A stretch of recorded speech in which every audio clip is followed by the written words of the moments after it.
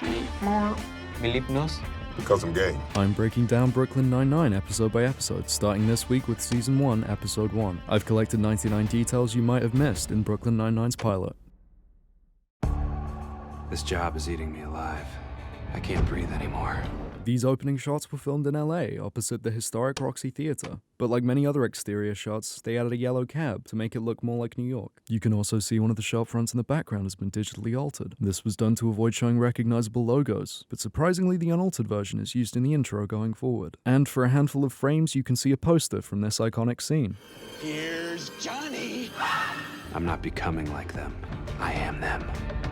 Hey, what are you doing, weirdo? I'm doing the best speech from Donnie Brasco. This speech is in fact from Donnie Brasco, This job is eating me alive. but with some lines removed in between that relate more directly to the movie story. 10 of me are doing the best speech from Donnie Brasco. Technically, he's not wrong, as there are at least 9 additional televisions plus him, but there are at least 3 more in this shot alone, plus some we'll see in a second. What's up? I'd like a list of all your employees, whoever had access to the store.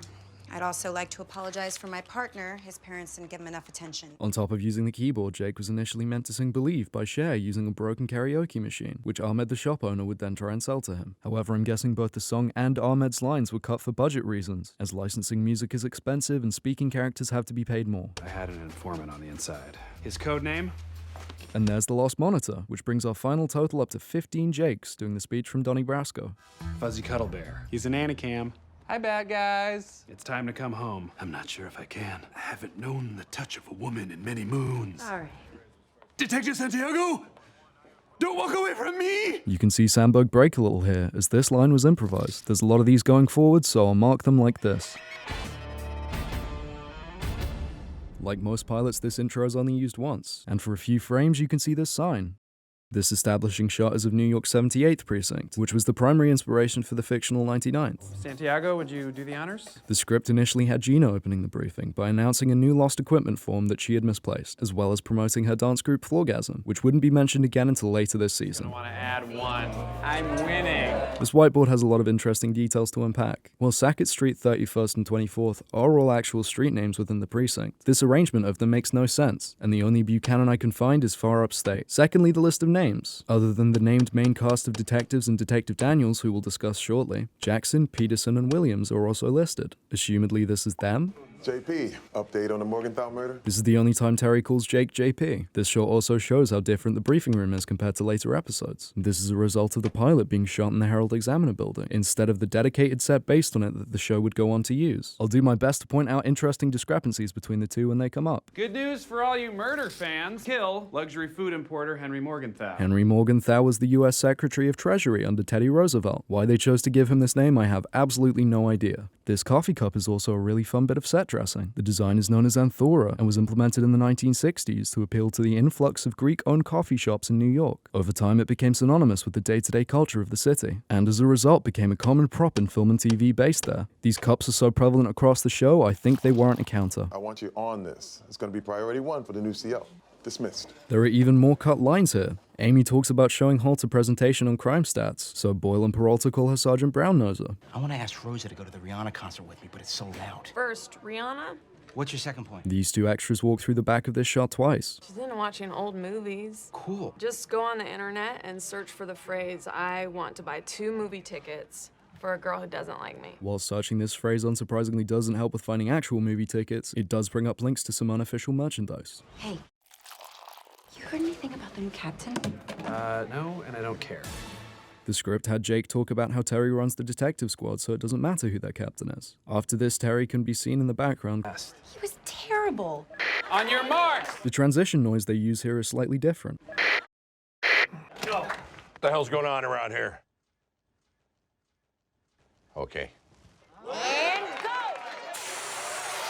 This is possible, but after my extensive research, I found their trajectory is a lot more controlled. Oh dear. But this new guy is going to be another washed-up pencil pusher who's only concerned with following every rule in the patrol guide. Meet more Zeke. Is that what you think? Hey! New captain alert! No, don't let me interrupt. You were describing what kind of person I'm going to be. I'd like you to finish. Holt has a series of medals above his badge. While the American flag is placed correctly in the highest position, the WTC bar that is worn by officers who served during the September 11th attack should be worn directly below it. That leaves the numbered meritorious police duty and excellent police duty bars, above the firearms proficiency bar in its correct position directly above the shield. Like other badges in the show, certain details are altered from the real design to limit its misuse. With both the captain and detective badges, they are missing the platform part seen in the authentic versions. I think I said some joke about being a washed-up pencil pusher. Now do the robot voice. With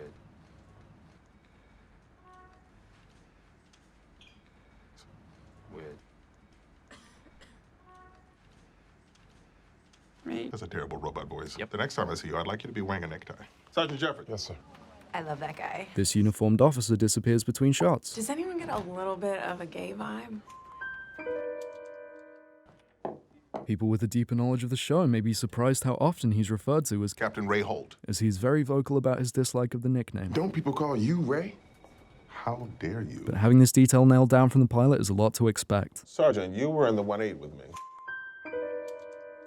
What's this I hear about you being on administrative leave? My wife and I had twin baby girls, Cagney and Lacey. Cagney and Lacey was an 80s police procedural that followed two female detectives in a fictional version of Manhattan's 14th precinct. They have adorable chubby cheeks. There was an incident in a department. The script originally had Jake poking fun at Terry for not wanting to go first, despite his massive biceps.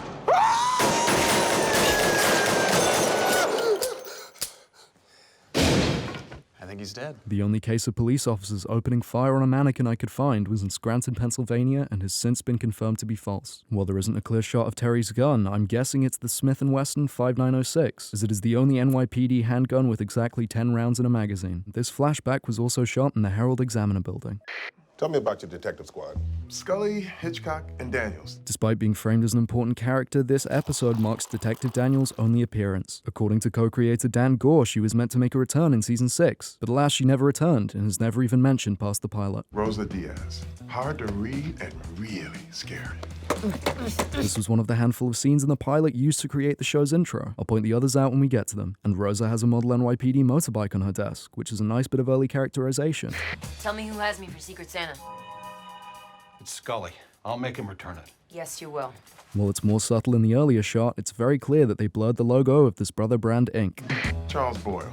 He works harder than anyone else. Boyle's nameplate has disappeared, but he still has a fancy coffee strainer on his desk, which is very in-fitting with his character. He also has this guy on his monitor, who is apparently wanted by the FBI. Reverse image searching and scrolling the FBI most wanted list found no matches, so I'm guessing this is an in-joke from a set designer. Oh man, my muffin. The sound effect hides it well, but his head very much does not hit the counter here. Amy Santiago. She's always trying to prove she's tough. Careful, that stuff's pretty hot. The no smoking sign here is funny. As we can see in an earlier shot, the break room is labeled as a smoking room. She and Peralta have some big bet over who gets more arrests this year. Jacob Peralta is my best detective. The only puzzle he hasn't solved is how to grow up. This precinct is doing fine, but I want to make it the best one in Brooklyn. What is happening? We start with him. The script originally had Amy throwing a bagel at a breakdancing Jake. Okay, so the perp came in through the window, left the muddy red footprint. The crime scene markers are from Lynn Peavy, which is a real-life police supply company. 2 shots. Bang, bang. Great work, detective. You get a tie.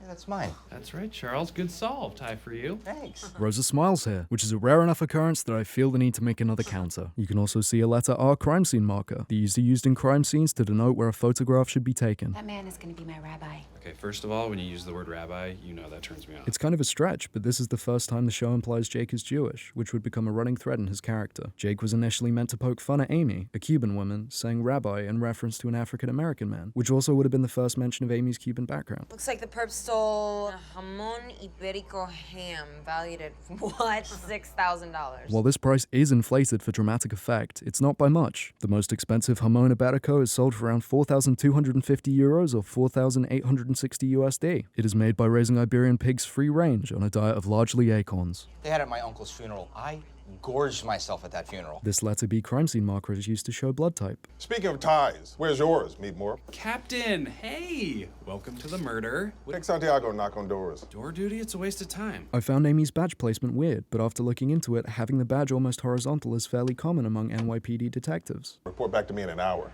That went well. No, it didn't. He's got, like, super hearing. Hey, Rosa. Rosa's car appears to be a Ford Crown Victoria, which was an incredibly common squad car model within the NYPD. However, by the time this aired, they were being phased out for newer models, so this might be an anachronism. There's an old movie festival. You want to go? Sure. Awesome. I'll probably just go with Citizen Kane. Citizen Kane is terrible. I'll pick a better movie than Citizen Kane. Luckily for Charles, IMDb has around 90 movies rated higher than Citizen Kane. I know, critic scores on everything. But in my defense, Charles was scripted to say it's every critic's favorite movie as a defense, so I don't know. What do Santiago and Peralta have writing on this bed of theirs? There are some interesting decorations to note here. These aren't as clearly linked to his character as the other trinkets we've seen, but they do have the magical ability to shift between shots to cover up this plaque that also has his name as Ray. If Amy gets more arrests, Jake has to give her his car. If he gets more arrests, she has to go on a date with him. While the scene does firmly establish the bat that will make up Jake and Amy's arc in Season 1, it also has Scully and Hitchcock in the background, adding one more to our Anthora counter. Let the wasting of time begin. All of the exterior shots of Morgenthau's building are of 1100 South Broadway in Los Angeles, and all the interiors are done just across the street, once again in the Herald Examiner building. Hello, sir. Let me ask you a few questions.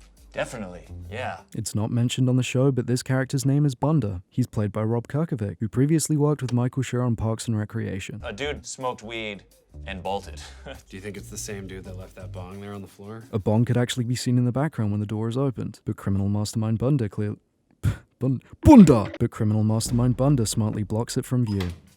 What's your name? Milipnos? This is the first of many cameos from SNL alumna, as Fred Armisen was a part of the cast throughout Samberg's entire tenure. And I couldn't believe this when I read the script, but his name was originally Bridge Kolch. Can you spell that, please? M-L-E-P, Clay. Did you say Clay? Yes, the Clay is silent. There is a fan theory that Clay is just Milipno saying the letter K with an accent. However, in research I found someone who brainstormed an actual letter Clay, which I prefer a lot more. Have you seen this man before? Thank you.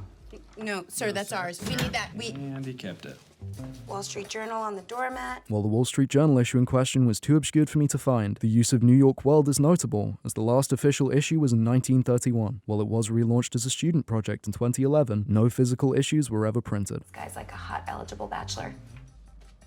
Hello. Hello, sir. How are you today? I am Detective Right all the time. This extra was in the roller chair flashback. While it's plausible that he could be back in the precinct, I think the identical outfit allows me to consider this a continuity error. You can also see the same FBI wanted guy from earlier. None of the neighbors heard anything, and what's worse, Santiago struck out with a 92-year-old. That is not accurate, sir.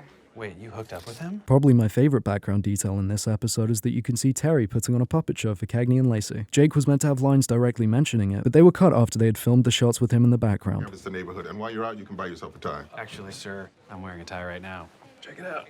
First of all, I think you're kind of overdoing it with the manscaping. Does anyone here know why it's so important to me that you all dress appropriately? The script had each detective actually guess here, with Rosa saying guys in ties are hot and Charles excitedly agreeing as he points out that he's wearing one. Jake then once again mocks Amy for trying too hard. Okay, I want to be briefed on any new developments. What about this fancy ham stuff? Pomona Iberico. Yes. These frosted glass doors are another pilot oddity, as the precinct set leaves things far more open. It's the same thing with the lockers, but what stuck out to me was the keep door close sign. Would that really be used on a locker? Is there a place nearby the crime scene that sells it? Beneficios might. Let's go. This exterior shot is of the marketplace at 271 Flatbush Avenue, but with the sign edited to obscure the actual name. And it's just a 3-minute walk from the precinct. However, the interior shots were all done inside the Monte Carlo Italian Deli in California. My name is Ratko. The name Ratko is apparently a reference to the National Lampoon's Ratko, the dictator's son, which follows the son of a wealthy Eastern European dictator through his freshman year at an American high school. I have no idea why they chose this name, other than it sounding vaguely Eastern European. He can also magically rotate his head during camera. Oh, I'm Henry Morgenthau. Don't I know you from the grocery store? Kill and scene. NYPD, everyone down! No. You can actually see a box truck blocking most of the window to prevent continuity errors surrounding the two filming locations. You can also see Boyle teleport to the far side of the aisle without entering the frame. This is a stunt double. It's honestly very hard to tell in real time, but slowing it down makes it clear that this is not Joe. You can also see a box with prop written on the side. Ratko actually hits the camera here, which was not scripted.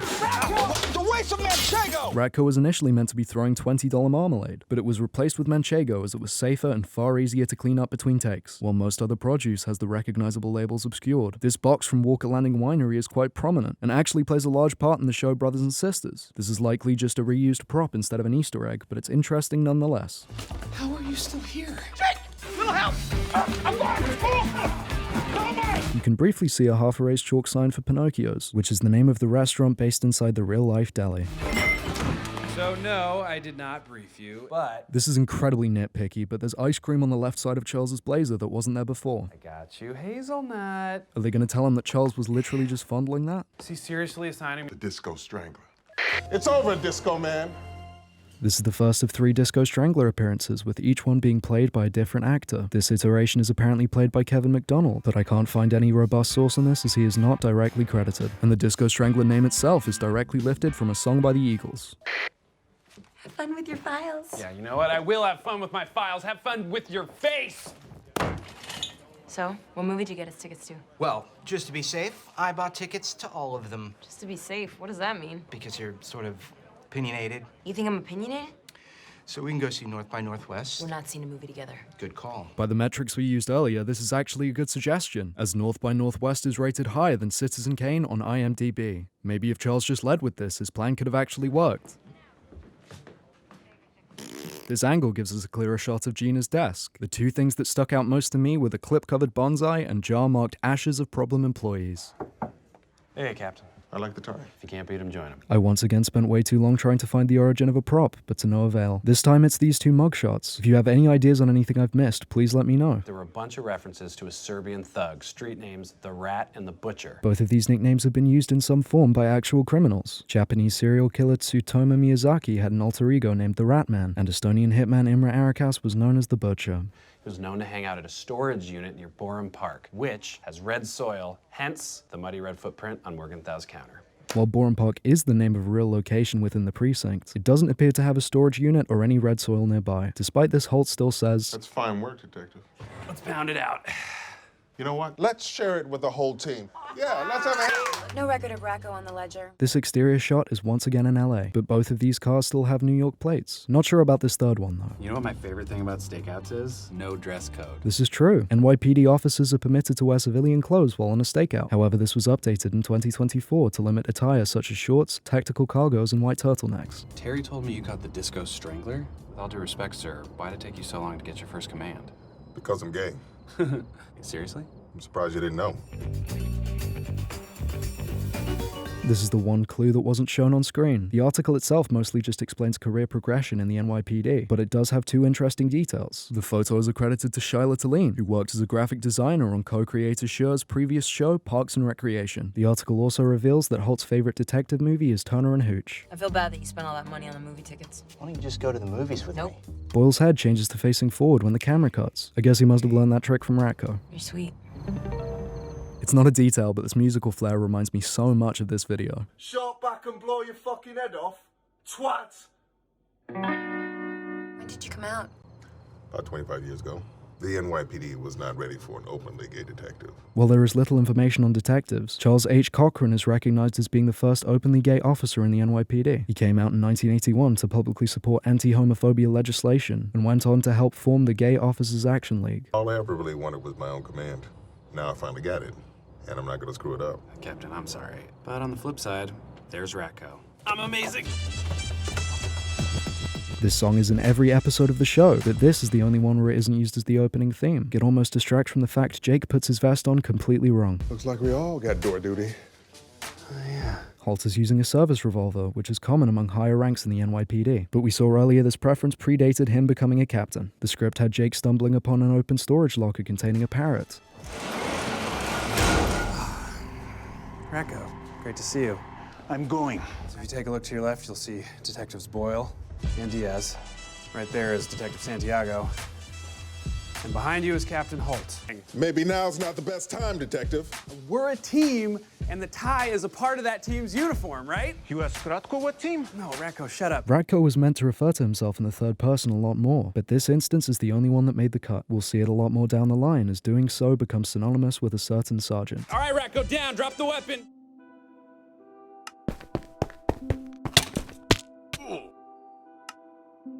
That's how we do it in the 99's, sir. What's wrong with you? Never took off the Speedo. Big mistake. I feel like Holt smiling is also rare enough to warrant a counter. Place your bets on who smiles more throughout the show. This is the only episode that doesn't end with bumpers, but instead a dedicated outro. It again utilizes the red and blue color scheme seen in the intro. The pilot was actually meant to end in a bar, with the celebration of Ratko's arrest. Jake arrives in a tux despite Holt, Gina tells Boyle to grow a pair, and Holt gives a lengthier speech. And it also reveals the original name for Schur's bar was meant to be McCoy's. Thank you for watching. I appreciate this is very different to the other content on this channel, but I thought I'd branch out. I was initially planning to do these weekly and work my way through the entire show, but this took about 2 months. So while I do want to continue the series, I doubt it will be weekly. I'd like to give a special thanks to Sam and Kara for trying to help me find the origin of those mugshots that I couldn't. They tried really hard, so thanks to them, and thanks to Lou for the amazing moral support throughout this. I'd also suggest, if you're a fan of not only this style of video, but Breaking Bad / Better Call Saul, to check out the YouTuber Better Watch TV, who was a large inspiration for doing this video in this specific format. Genuinely one of the most consistent, high-quality YouTubers on this platform, criminally underrated. Go and check him out. I'm currently sat under a quilt to get better audio, and it is I think it's the hottest summer in the UK on record.